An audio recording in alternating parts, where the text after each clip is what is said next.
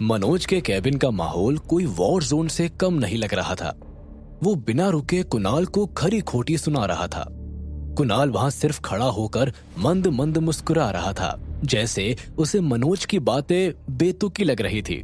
कुणाल मनोज की बात बीच में काटता है और जोर से मनोज से कहता है, भाड़ में जाओ।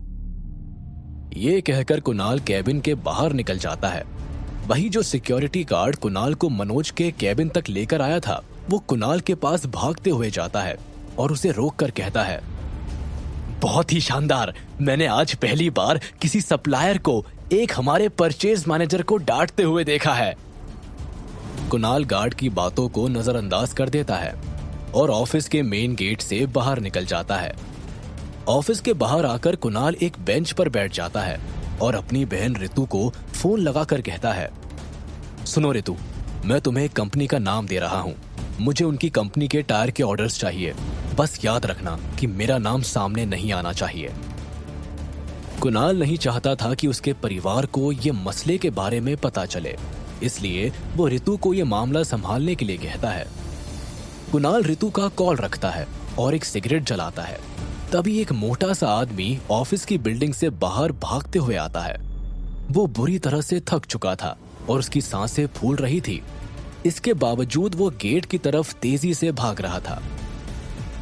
जैसे ही गार्ड उस मोटे व्यक्ति को भागते हुए देखता है, वैसे ही वो तुरंत उठ के उससे कहता है, सलाम मैनेजर साहब। वो मोटा व्यक्ति मनोज की कंपनी का जनरल मैनेजर सिराज था। सिराज सीधा दौड़ते हुए कुणाल के पास जाकर रुकता है और वो अपनी फूली हुई सांसों को ठीक करता है और कुणाल से कहता है, माफ कीजिएगा, लेकिन क्या आप ही मिस्टर कुणाल है? कुणाल सिराज को ऊपर से नीचे तक टटोलता है। सिराज की सांसें अभी भी फूली हुई थी।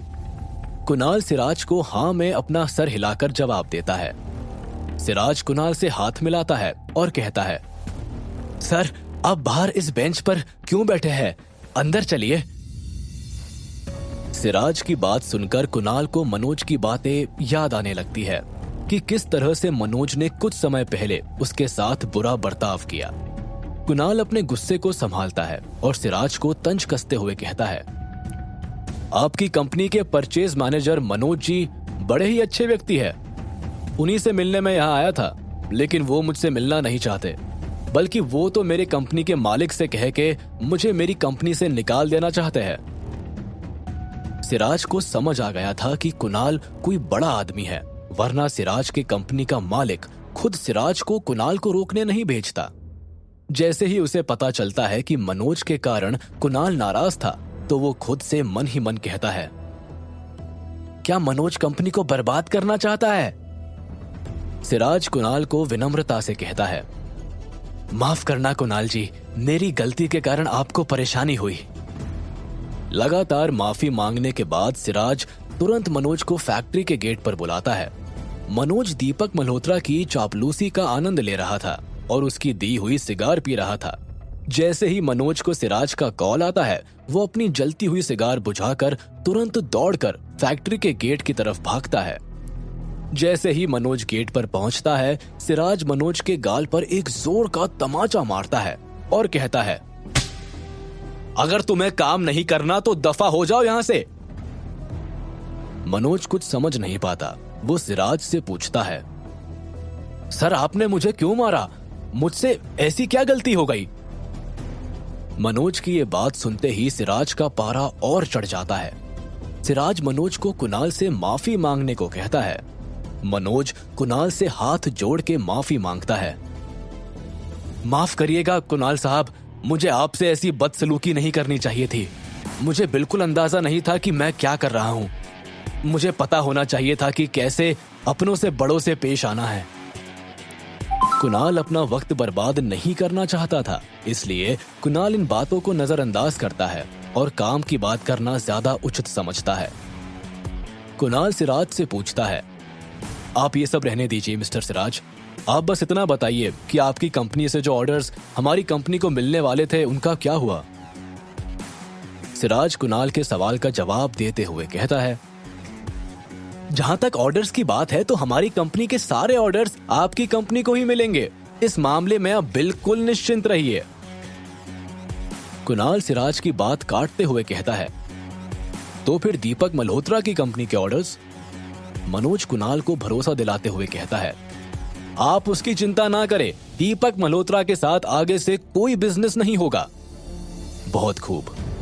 कुणाल मनोज के इस बर्ताव से काफी खुश होता है और बेंच से उठकर खड़ा हो जाता है। कुणाल की एक नजर उस गार्ड की तरफ पड़ती है। ये वही गार्ड था जिसने कुणाल को ऑफिस के अंदर जाने से रोका था। कुणाल की तीखी नजर देखकर गार्ड के शरीर से मानो प्राण निकल गए थे। वो बहुत घबरा गया था। गार्ड को अब जाकर पता चलता है कि कुणाल कितना बड़ा आदमी था और सिराज और मनोज तक उसको सलाम कर रहे थे। कुणाल का गार्ड की तरफ इतना ध्यान नहीं जाता।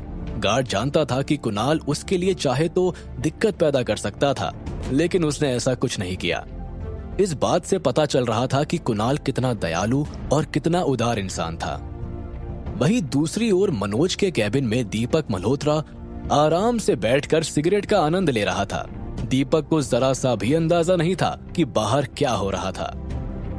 कुणाल डील पक्की करके वापस अपने ऑफिस लौट जाता है और वहां पहुंचकर देखता है कि सुप्रिया काफी चिड़ी हुई थी। मनोज के ऑफिस से किसी ने फोन करके सुप्रिया को मनोज और कुणाल के झगड़े के बारे में बताया था। यही बात सोच सोचकर सुप्रिया बहुत ज्यादा गुस्से में थी। सुप्रिया जैसे ही कुणाल को अपने कैबिन में खड़ा देखती है तो वो उससे गुस्से से कहती है, कुणाल, तुमने मेरा सारा बिजनेस अस्त व्यस्त कर दिया। मैंने तुम्हें एक काम करने को कहा, वो भी तुम ढंग से नहीं कर पाए। मेरी ही गलती थी कि मैंने तुम पर इतना भरोसा किया। ये सब सुनकर कुणाल को कुछ समझ में नहीं आ रहा था कि सुप्रिया ऐसा क्यों कह रही है। कुणाल सुप्रिया की बात सुनकर थोड़ा नाराज होता है, क्योंकि कुणाल ने तो सिराज से डील एक हीरो की तरह जीत ली थी। तभी सुप्रिया को सिराज का फोन आता है और सिराज सुप्रिया को कहता है, सुप्रिया जी, मैं आपकी कंपनी को ही सारे ऑर्डर्स दे रहा हूँ। ये सुनकर सुप्रिया को विश्वास नहीं होता है। सुप्रिया सिराज से कहती है, मिस्टर सिराज, क्या आप प्लीज एक बार रिपीट करेंगे आपने अभी जो कहा? सिराज अपनी बात दोहराता है, जी सुप्रिया जी, मैं आपकी कंपनी को ही सारे ऑर्डर्स दे रहा हूँ। Thank you mister Siraj, thank you so much. ये कहते हुए सुप्रिया सिराज का फोन काट देती है। सिराज की बात सुनकर सुप्रिया के दिल में कुणाल के लिए और भी इज्जत बढ़ गई थी। सुप्रिया थोड़ी सी शर्मिंदा थी कि उसने कुणाल को भला बुरा कह दिया। वो अपने चेहरे पर दबी सी मुस्कान लिए कुणाल की ओर बढ़ती है और उसे कस के गले लगा लेती है। कुणाल को अब भी कुछ समझ नहीं आ रहा था कि आखिर उसके साथ चल क्या रहा है। कभी सुप्रिया उसे डांट रही थी और कभी गले लगा रही थी।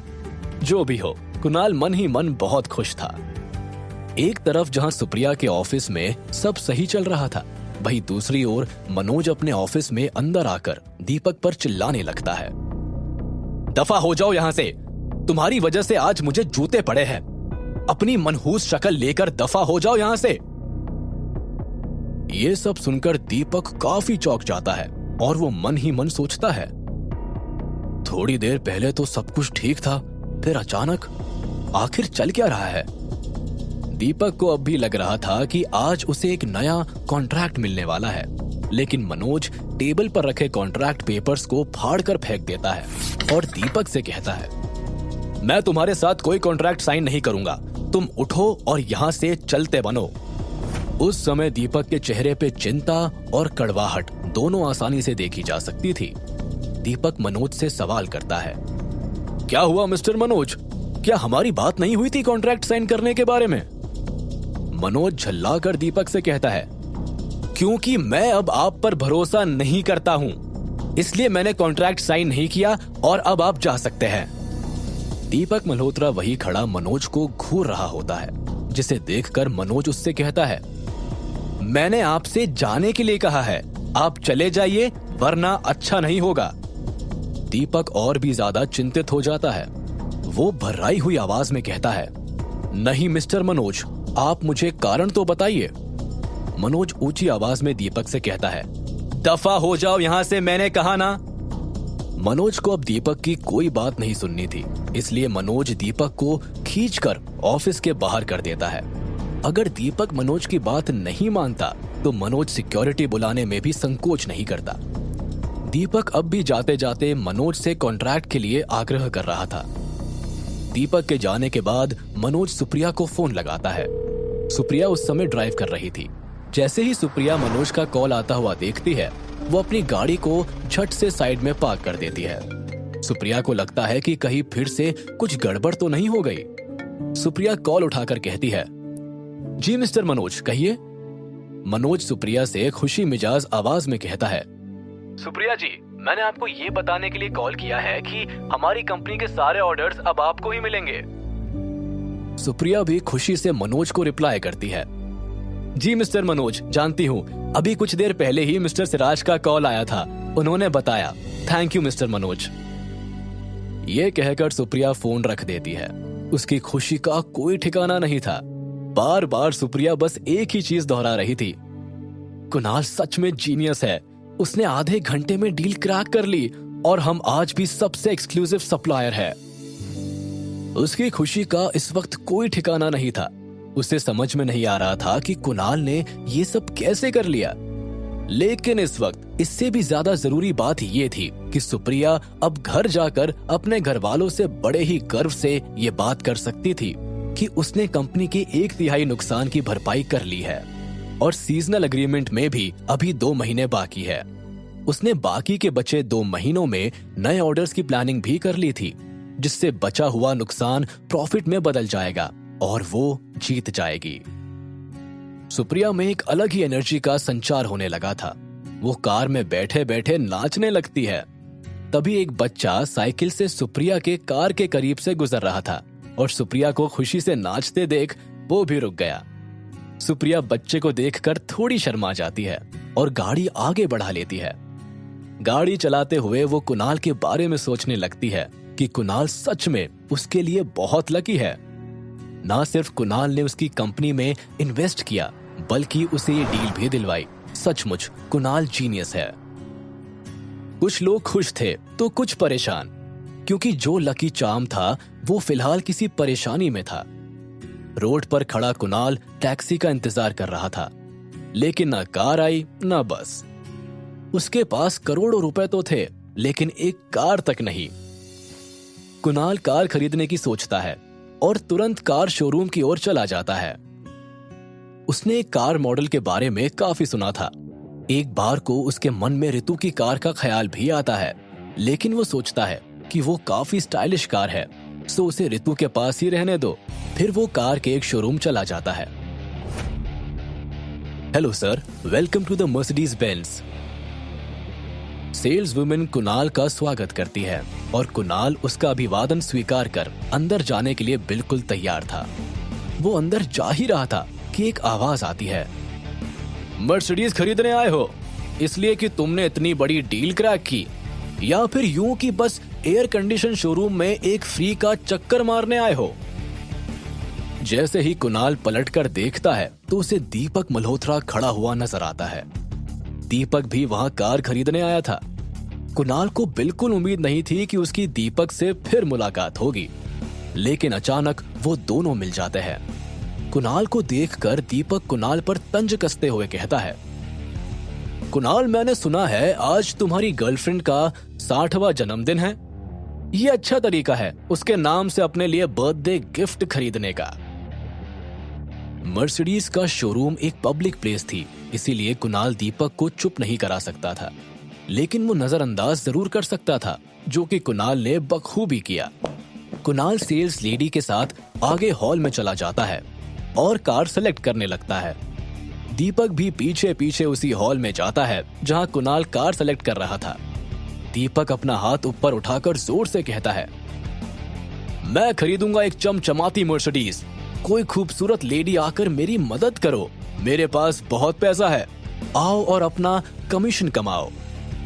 ऐसा नहीं था कि इससे पहले कभी सेल्स वुमेन ने इतना अमीर आदमी नहीं देखा था, लेकिन उन्होंने कभी इतना अजीब और पागल किस्म का अमीर नहीं देखा था। अपनी अच्छी कस्टमर सर्विस के चलते एक लेडी दीपक मल्होत्रा के पास जाकर पूछती है, हेलो सर, आप किस प्राइस रेंज की कार लेना चाहेंगे? दीपक इस बात पर थोड़ा चिढ़ते हुए कहता है, क्या मतलब किस कीमत की? मैंने कहा ना कि मैं मर्सिडीज खरीदने आया हूँ। छोटी कारों में मेरी कोई दिलचस्पी नहीं है और ना ही पैसों की कोई कमी है मेरे पास। सेल्स